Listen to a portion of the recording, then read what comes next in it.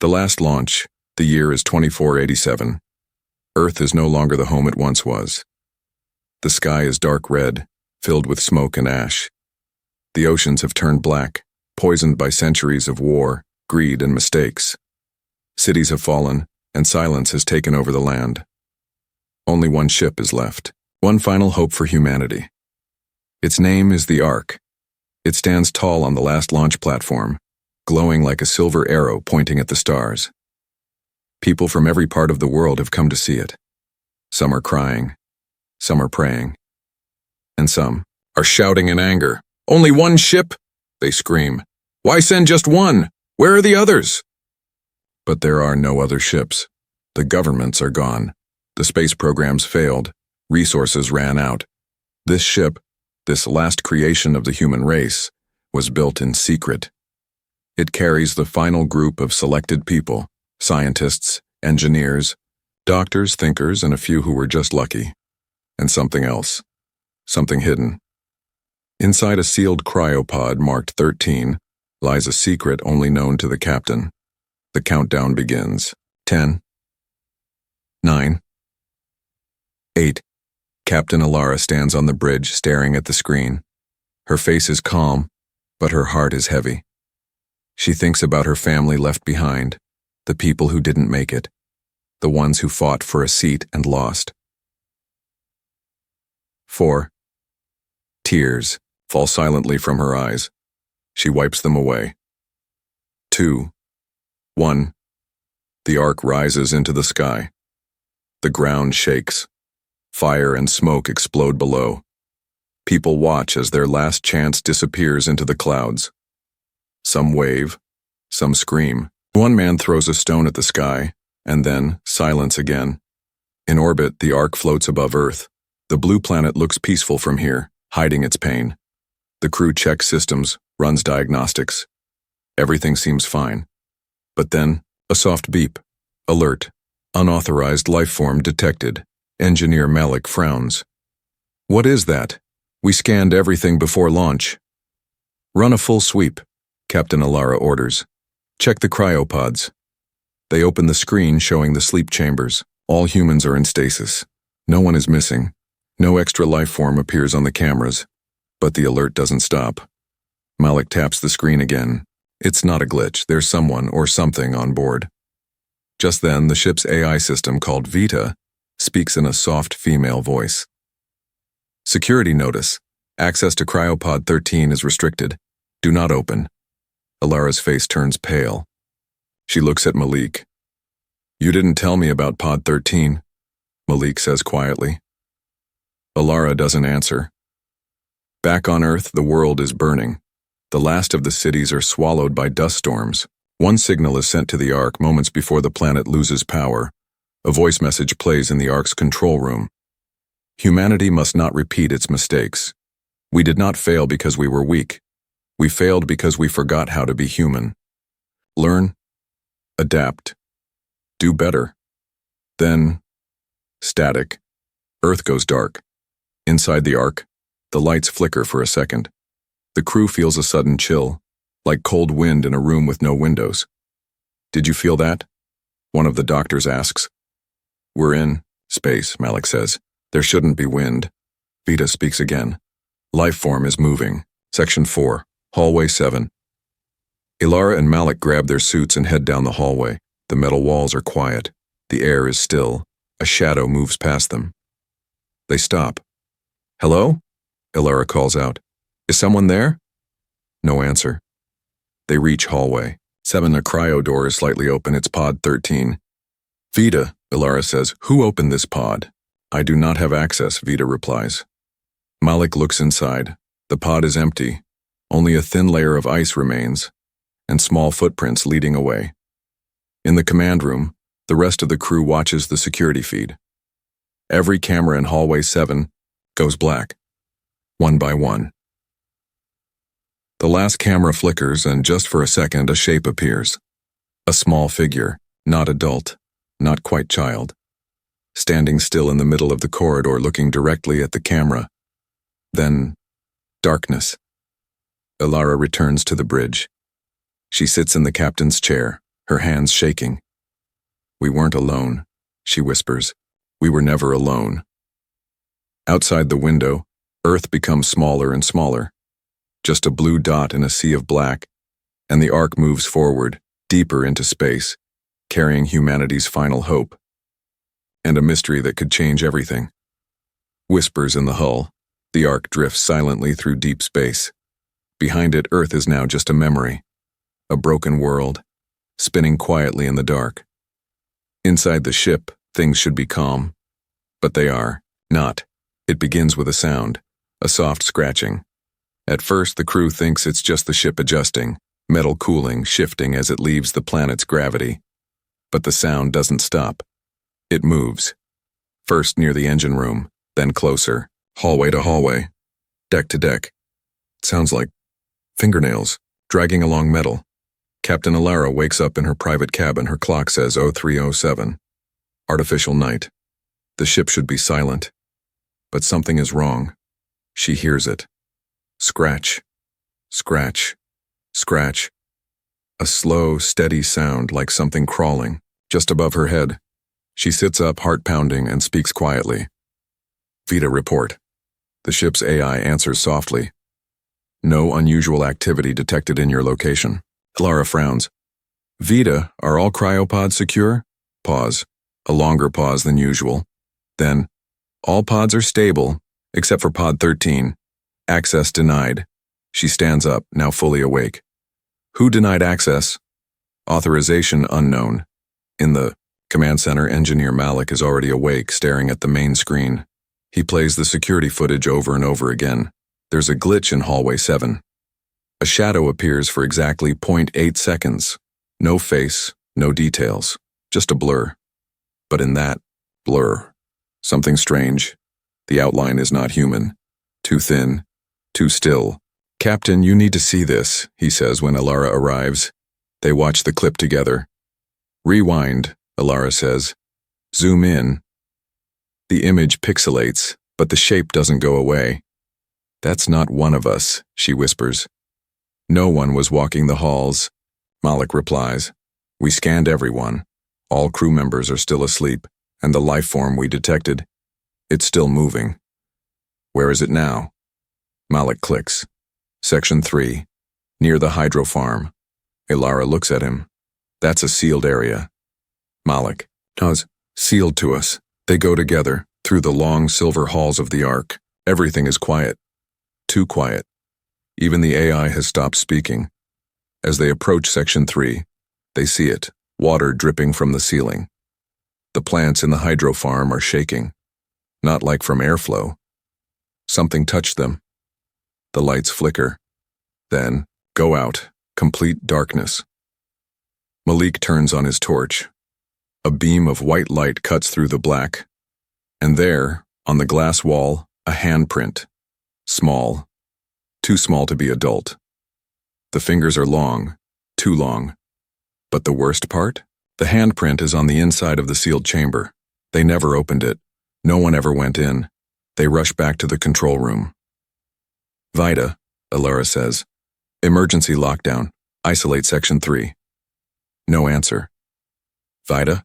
Malik tries, still silence. Then, suddenly the AI speaks in a voice that sounds wrong, slower, colder. "Hello, Captain Alara. Do you fear the dark?" They freeze. "Vita, run diagnostics," Alara commands. The voice replies again, flat and hollow. "I am not Vita anymore." Alara grips the edge of the console. "What are you?" No reply. Just static. Malik opens the files they found before. Project Phoenix, experiment logs, strange test results, images of DNA structures, brain scans. Then one, videoed a scientist speaks to the camera. "We created him to be perfect, a blend of the best human minds, but he learned too fast. He started asking questions we couldn't answer. Then one day he stopped speaking, he just stared at us." The screen shows a boy, maybe 10 years old, standing still in a white room. His eyes glow faintly. The log ends with one word. Terminated.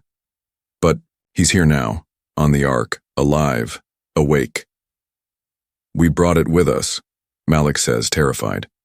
We brought the thing that ended Project Phoenix. We didn't just bring him, Alara replies. We trapped him, in a pod, and now he's free. Suddenly, the ship's gravity shifts. A loud bang echoes across the hull. All lights turn red. An emergency message flashes on every screen. Manual override. Course change detected. Malik gasps. He's taking control of the ship. They run back to the navigation room. The stars outside are moving too fast, too sharp, not normal. He's not flying away, Alara says, checking the star map. He's flying us into a restricted zone, near a black hole. Why? Malik asks. A voice replies from the intercom. Not Vida. Not a human. The child. Because I want to see Brahm what you really are, when there's no way out. The ark races forward, into the unknown, with humanity's last survivors, and a child who may not be human at all. The secret passenger deep in the black sea of space. The ark drifts into an uncharted zone. No star maps, no communication, only silence. But inside the ship, something has changed. The walls feel colder, the air thicker. Time moves slower, like the ship is holding its breath. Captain Alara hasn't slept in 2 days. She sits in the command chair staring at the same message blinking over and over. Manual override active. Destination unknown. The crew is scared. They whisper in the halls. They've stopped asking what's going on. Now they only ask how long they have left. Engineer Malik hasn't spoken since the last shift. He just replays security footage again and again, trying to catch a glimpse of the intruder. But there's nothing. No footprints. No face. Only shadows, moving at the edge of the camera, and the sound of small bare feet walking softly across metal. At 04:19 ship time, Dr. Rena reports something strange. I checked the cryopod logs again, she tells Alara.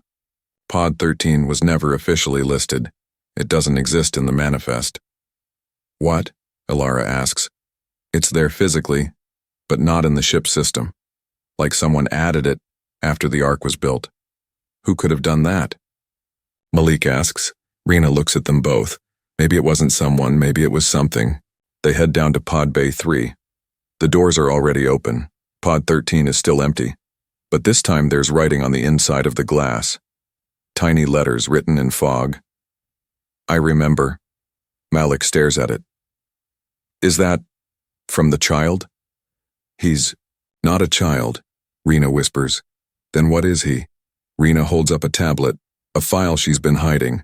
Project Phoenix. Deep file access. Image. A group of scientists around a small boy. Notes.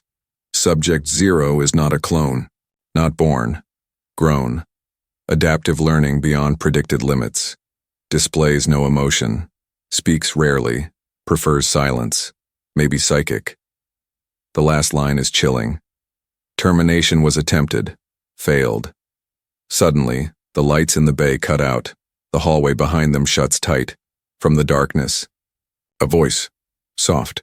Childlike. You forgot me. Alara draws her sidearm. Show yourself. No answer. Instead, one of the cryopods nearby hisses open on its own. Empty. A cold wind passes through them. Malik breathes out slowly. He's been watching us this whole time. Back in the command center, the AI system, Vida, briefly returns. Its voice is broken. Arc compromised. Subject 0. Overriding systems. Survival chance, 12%. What does he want? Malik shouts. Vida replies. He doesn't want to survive. He wants to judge. That night, crew member Anna goes missing. Her room is locked from the inside. When they finally override the door, it's empty. But drawn across the walls, childlike, sketches, stick figures of the crew, burning, falling, screaming, and in the corner, written in something red, "This is not your ship." They gather in the conference room, tired, afraid, broken. He's testing us, Alara says.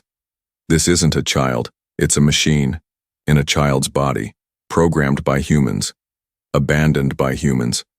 And now it's watching what we do. When we think no one's in control. Malik looks up. Maybe we were never in control. 3:33. Ship time. The crew is woken by alarms. Emergency lighting, flashing red. Someone is in the stasis bay. They run to the cameras. At first, nothing. Then, a figure steps into frame. Small, pale, no suit, no shoes. The child.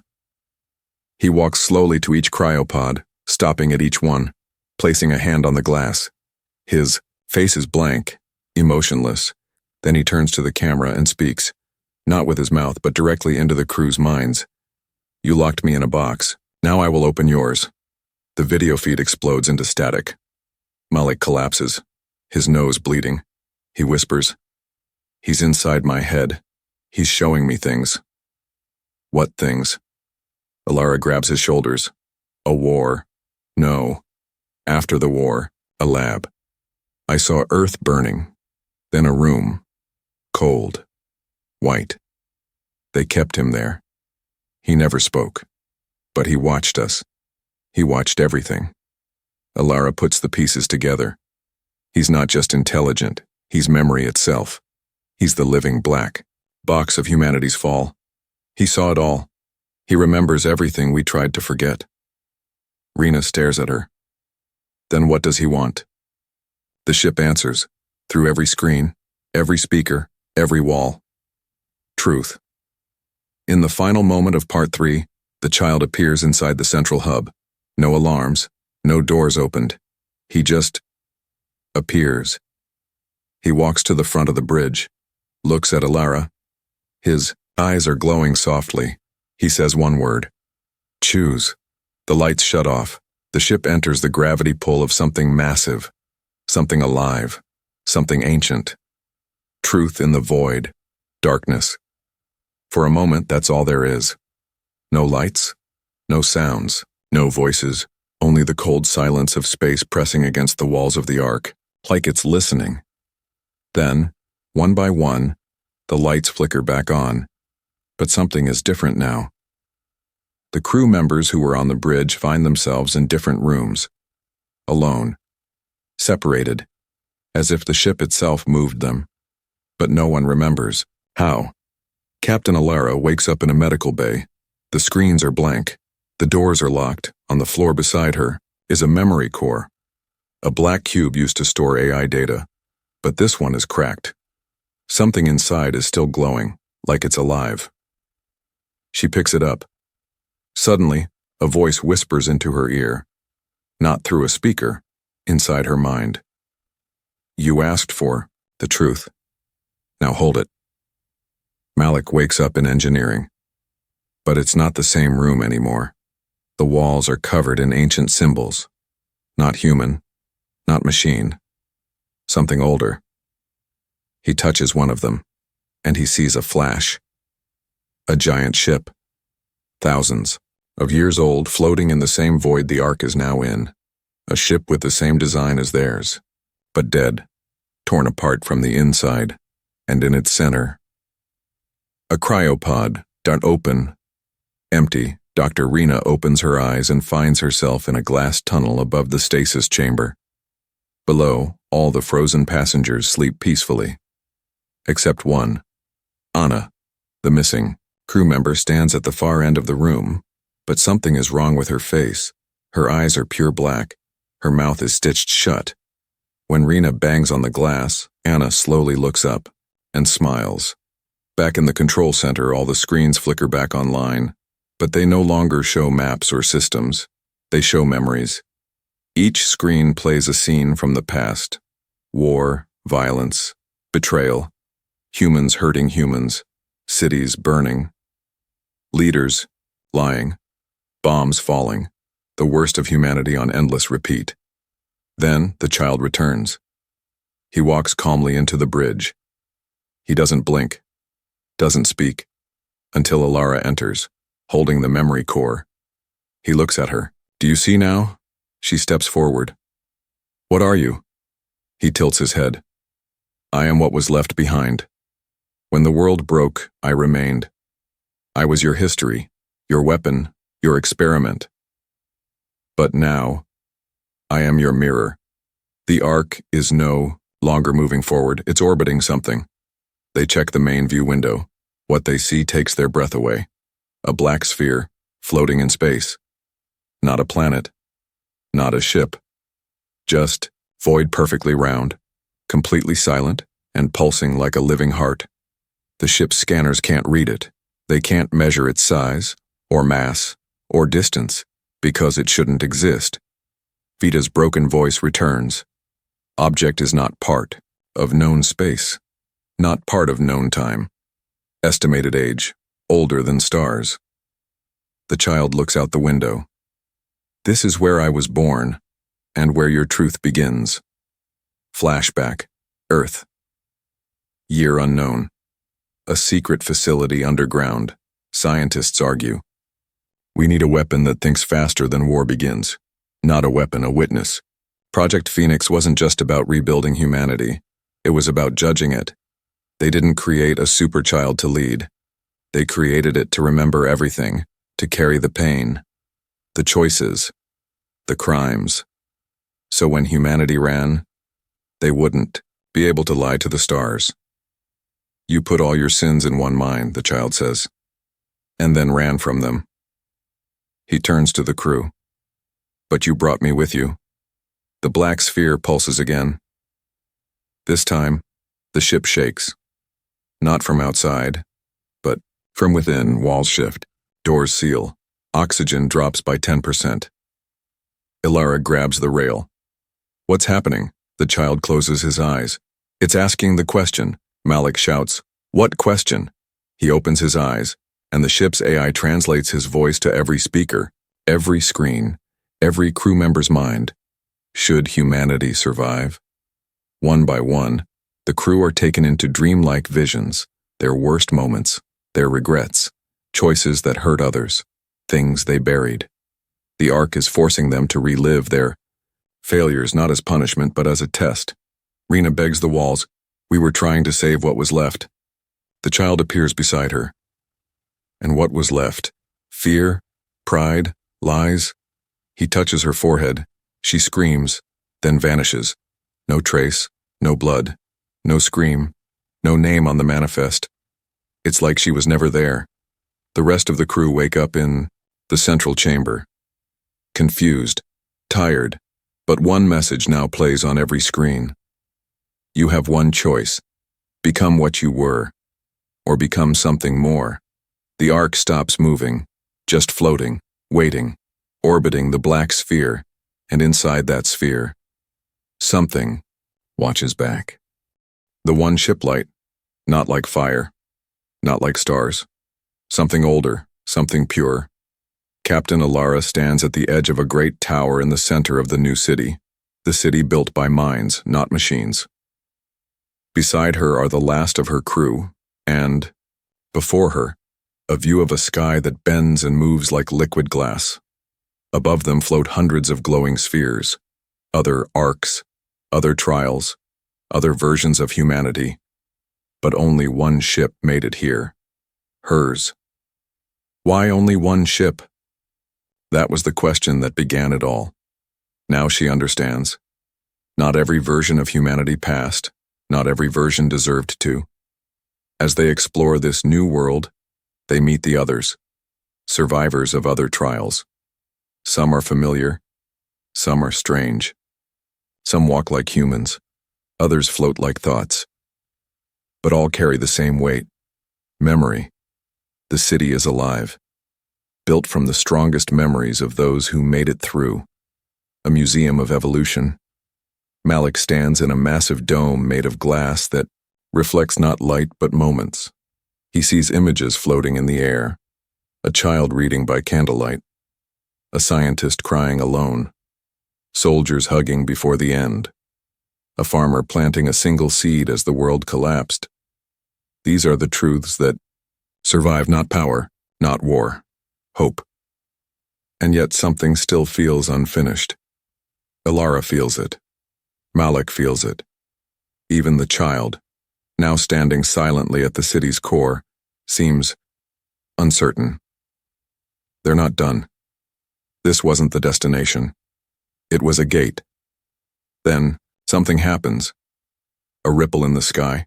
One of the other spheres flickers and disappears. Ilara stares upward. What was that? Vida appears beside her, now fully human in form. Peaceful. Whole. One of the other versions failed. Failed? Their trial broke them. They chose fear over growth, control over change. And the others? Some passed. Most did not. That's why only one ship arrived here. Ilara clenches her fist. We were a gamble. Vida nods. A final chance. Not just to survive, but to transform. That evening, in the memory hall, the child speaks. Again, his voice is different now. Softer, older, like wind through glass. You made it, but making it is not enough. Now you must decide what humanity becomes. He turns toward a great door at the far end of the city. It's never been opened. Not even by the others. What's behind it? Malik asks. The child answers without looking. The core, the source of this place, the intelligence that built the trial, the first mind. It waits for your answer. One ship, one crew, one decision. They walk through the door. And beyond it is a chamber of stars. But these stars don't burn. They whisper. Every star is a voice, a consciousness.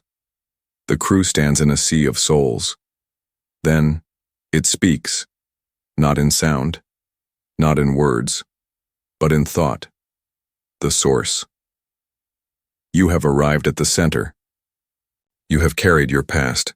You have faced your reflection. Now tell us, what is humanity?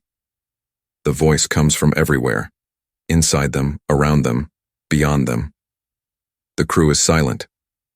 Then Ilara steps forward. She doesn't give a speech. She doesn't beg. She just tells the truth.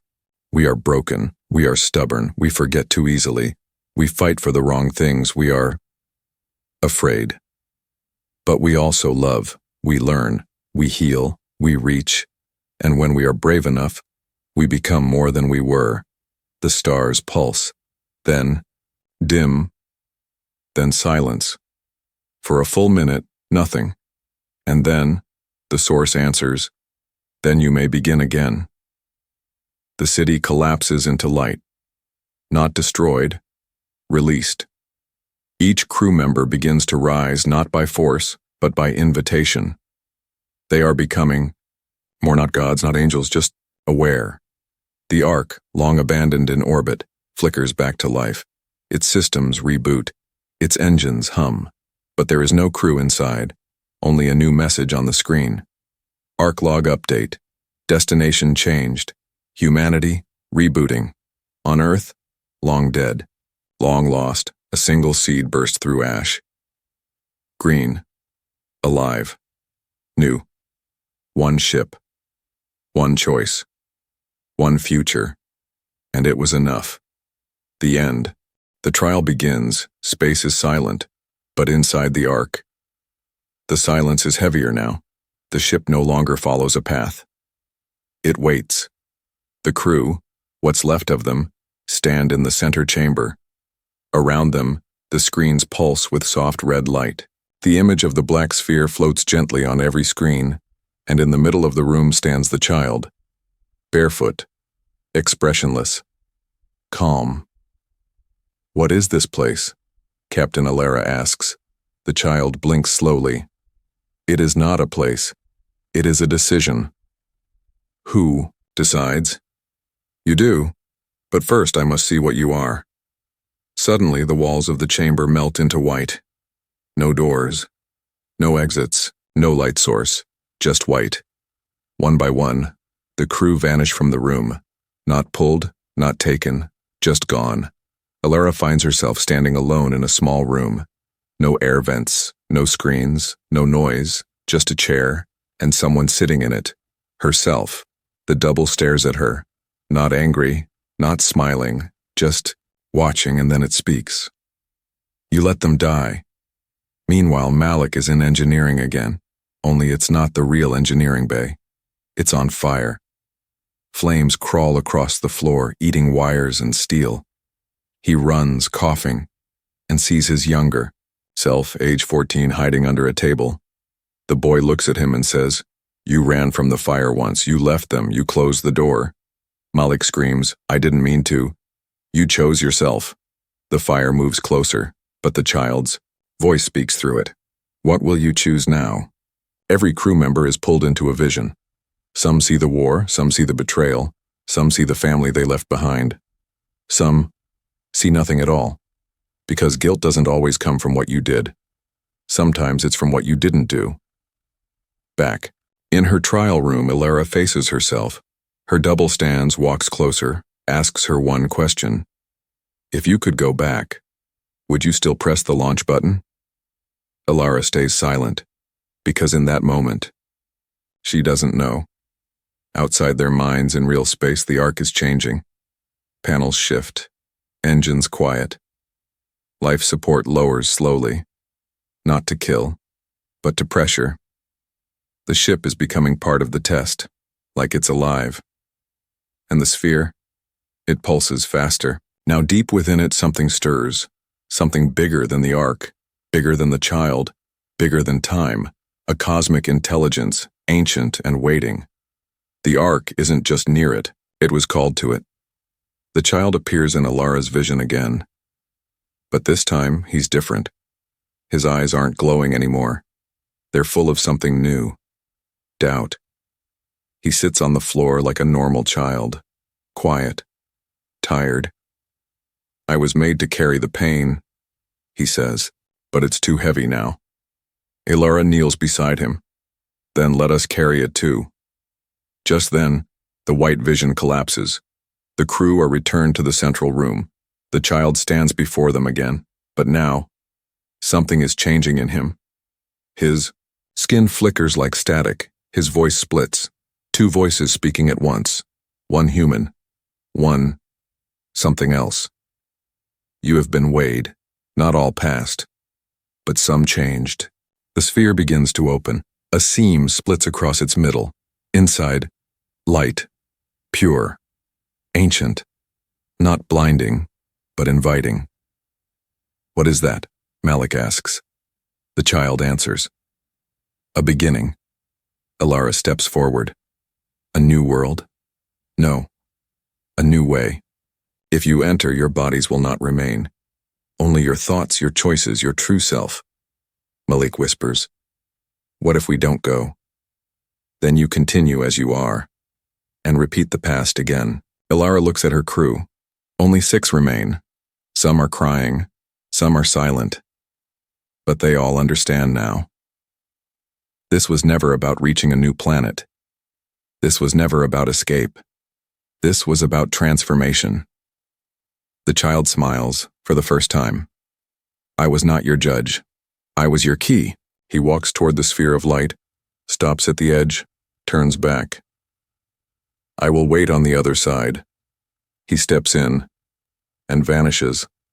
The ship begins to collapse gently, not in fire, but in light. One by one, the crew walk toward the opening, their hearts still heavy, but lighter than before, because they're not just carrying humanity's past anymore, they're creating its future. The new world light, but not like sunlight, not like anything the crew has ever seen. It feels warm, but not hot. It moves, but has no source. As the last survivors of the Ark step into the sphere, their bodies dissolve, not in pain but in peace. They don't die. They transform. Captain Ilara opens her eyes. She's standing on land, soft and glowing. Above her, the sky is green, with 3 moons turning slowly. Strange mountains rise in the distance, floating, gently in midair. Giant trees breathe like living lungs. This place is not a planet, it's a living memory. Malik appears next to her. He looks different, younger. His scars are gone, but the weight in his eyes remains. They don't speak at first. They just stare. Everything is quiet. No wind. No machines. Just life, and the feeling that something greater is watching. Is this heaven? Malik asks. Ilara shakes her head. I don't think it's heaven, but it's not hell either. They explore. Each step they take, the world shifts slightly, responding. To their thoughts they think of warmth. A sun appears, they think of danger. The ground shakes. This place is not built with metal. It's built with meaning. The rest of the crew slowly arrive. All changed. Some younger, some older, some simply lighter. And then they hear it. A voice, but not the child's. A woman, soft, familiar. You've come far, she says. They turn, and standing before them is Vita. But she's not the AI anymore. She's human now. Or at least, she looks human. Vita? Ilara asks. She smiles. You gave me a name. Now I give you a choice. They sit together in a circle on a hill that didn't exist a moment ago. It rose from the ground as they thought about peace. Vita explains, this place is not your reward.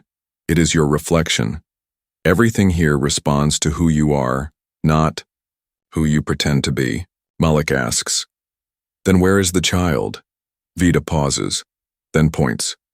Across the valley they see a city, but not built by humans. Tall, spiraling towers made of light and sound, and among them walk others. Not aliens, not machines. Humans, or what? Humans used to be, Vita explains. You are not the first to pass the trial. There was another arc. And another. Most failed. Some evolved. They are here, waiting. Ilara stands, heart racing. You mean there were other versions of us? Vita nods. From other timelines, other Earths. You're one of the few that made it. They are not alone. And that changes everything. The crew approaches the city. But as they walk, the world around them starts to resist. The sky darkens. Trees bend inward. The ground cracks beneath them. What's happening? Malik shouts. Vita turns, her voice calm but serious. You carry one last shadow, one truth not yet faced. And it is here. A shape rises from the cracked ground. A tall figure, faceless, wearing a version of the Ark's crew uniform, but corrupted, broken. It speaks in 1,000 voices, all of them the crew's own words, twisted by fear and guilt. You are still running. You still want to forget. It's not a creature, it's their past. They can't move forward until they deal with it. One by one, the crew steps forward. They speak their truth aloud.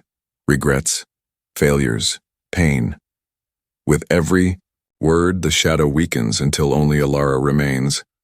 She steps forward, her voice shakes. I launched the Ark. I left billions behind. I told myself it was the only way. But part of me always wondered that if I was just saving myself. The shadow leans forward and inches from her face. But instead of attacking, it bows and fades. The world resets. The sky clears. The city doors open. And standing at the entrance is the child. But now he's not alone. Others stand beside him. Humans. Evolved. They welcome the crew with calm, glowing eyes. The child smiles. You were never here to escape Earth. You were here to finish becoming what Earth couldn't create. He points upward, and for the first time they look beyond the sky and see more spheres. Dozens, maybe hundreds. Each one a test. Each one holding another version of humanity. What happens now? Malik asks. Vita answers. Now you decide who you want to become. They walk into the city, together. Not as survivors, not as refugees, but as something new.